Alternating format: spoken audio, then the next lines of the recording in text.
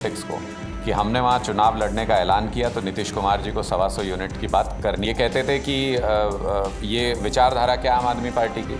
हम इनसे पूछते हैं कि 20 साल आप मुख्यमंत्री रह लिए, बीजेपी की विचारधारा क्या है, आपकी विचारधारा क्या है जो आपको अब पलटना पड़ा 20 साल। इस वक्त मेरे साथ बातचीत करने के लिए आम आदमी पार्टी के नेशनल मीडिया इंचार्ज अनुराग ढांडा जी हैं। सर, बिहार में चुनाव है, उससे पहले ही बिहार सरकार ने बड़ा ऐलान कर दिया है कि 125 यूनिट बिजली फ्री देंगे, उस पर क्या कहें?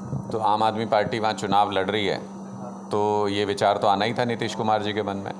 अरविंद केजरीवाल जी की भारत की राजनीति को यही देन है कि जहां आम आदमी पार्टी चुनाव लड़ती है वहां बिजली, पानी, स्कूल, अस्पताल, मूलभूत मुद्दों के ऊपर चर्चा होगी ही होगी।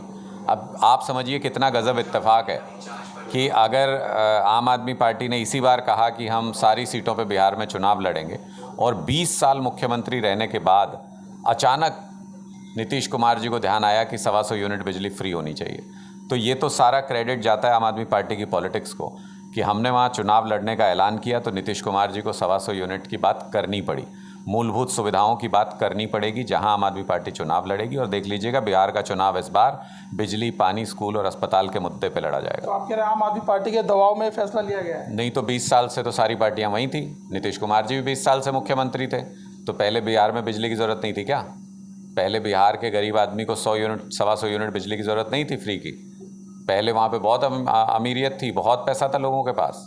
अब पैसे की कमी हो गई, या नीतीश कुमार सरकार के पास पहले पैसे की कमी थी और अब अचानक पैसा आ गया उनके पास चुनाव से पहले 20 साल मुख्यमंत्री रहने के बाद? आप बताइए और क्या कारण हो सकता है?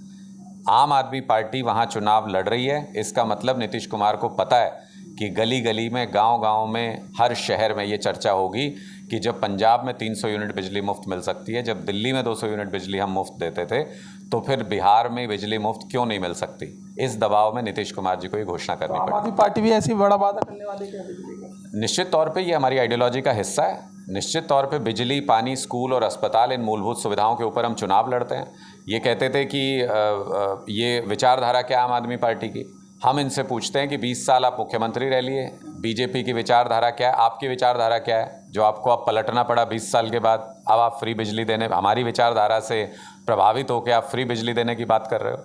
तो निश्चित तौर पे आम आदमी पार्टी का भारत की राजनीति में यही प्रभाव है। हमने कब कहा था हम पूरे देश में राज करना है? हमने तो कहा था हम देश की राजनीति को बदल देंगे। नहीं बदली हो तो बताइए। जहाँ चुनाव लड़ते हैं वहीं पे बिजली, पानी, स्कूल, अस्पताल की चर्चा होती है। सर, बिहार से लगातार इन दिनों खबरें आ रही है अपराध की। आज ही पटना में एक अस्पताल में वहाँ कैदी की हत्या कर दी गई गोली मारकर, उस पर क्या कहें? देखिए, नीतीश कुमार जी ये कह के आए थे कि जंगल राज को ख़त्म करके सुशासन लेके आएंगे, लेकिन मुझे लगता है कि 20 साल में जंगल राज से भी बड़ा अमंगल राज इन्होंने स्थापित किया है और सुशासन देने की बजाय कुशासन की इंतहा इस वक्त हो गई है।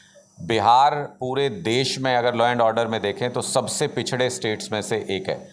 मैंने तो आज तक नहीं सुना, इनके पुलिस ऑफिसर्स कहते हैं कि हत्या का सीज़न चल रहा है, हत्या का सीज़न चल रहा है बिहार में इन दिनों।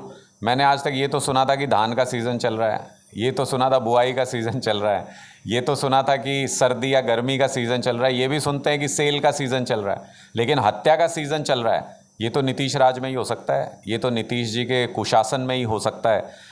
इस वक्त लॉ एंड ऑर्डर की बहुत बुरी हालत बिहार में है और आम आदमी की सुरक्षा का कोई इंतजाम नहीं है। सर, एक सवाल दिल्ली से जुड़ा हुआ है कि कल दिल्ली सरकार ने आप पर बड़ा आरोप लगाया कि आपके दौरान जो जय भीम योजना लाई गई थी उसमें 145 करोड़ रुपए का घोटाला बताया उन्होंने। 145 करोड़ रुपए का कहा कि फर्जी बिल बनाए गए थे, उस पर क्या कहेंगे? और एसीबी को इसके जाँच करने के आदेश दे दिए गए। देखिए, इन्होंने सबसे पहले आते ही सरकार में इन्होंने क्या किया? इन्होंने मोहल्ला क्लिनिक बंद करने शुरू कर दिए, इन्होंने गरीबों की झुग्गियाँ तोड़नी शुरू कर दी।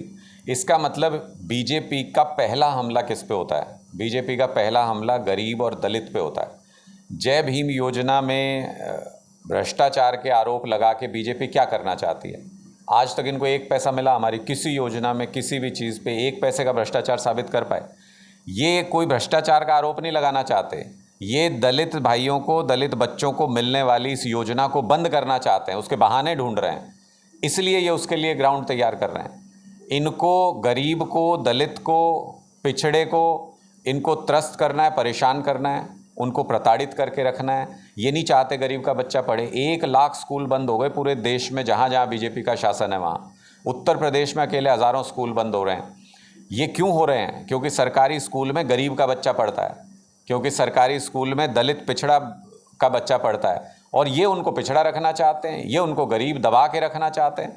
ये भारतीय जनता पार्टी के विचारधारा का हिस्सा है, जो दलित विरोधी है, जो गरीब विरोधी है। ये उसी षड्यंत्र का हिस्सा है। ये इस योजना को बंद करना चाहते हैं जिसके तहत दलितों के बच्चे, गरीबों के बच्चे विदेशों में जाके अच्छी शिक्षा हासिल कर सकते थे। उच्च शिक्षा हासिल करने के लिए उनको पैसे की कमी नहीं आती थी। ये इस योजना को बंद करना चाहते हैं। जी, बहुत बहुत धन्यवाद सर। तो देखिए, हमारे साथ बातचीत करने के लिए थे आम आदमी पार्टी के नेता अनुराग ढांडा। फिलहाल इस वीडियो में बस इतना ही। बाकी खबर देखने के लिए देखते रहिए पॉलिटिशियंस इंडिया न्यूज़। धन्यवाद। अगर आपको हमारा वीडियो अच्छा लगा तो हमारे चैनल को सब्सक्राइब करें, हमारी वीडियो को लाइक करें, शेयर करें और ऐसे ही देश की तमाम बड़ी खबरों के लिए जुड़े रहें पॉलिटिशियंस इंडिया के साथ।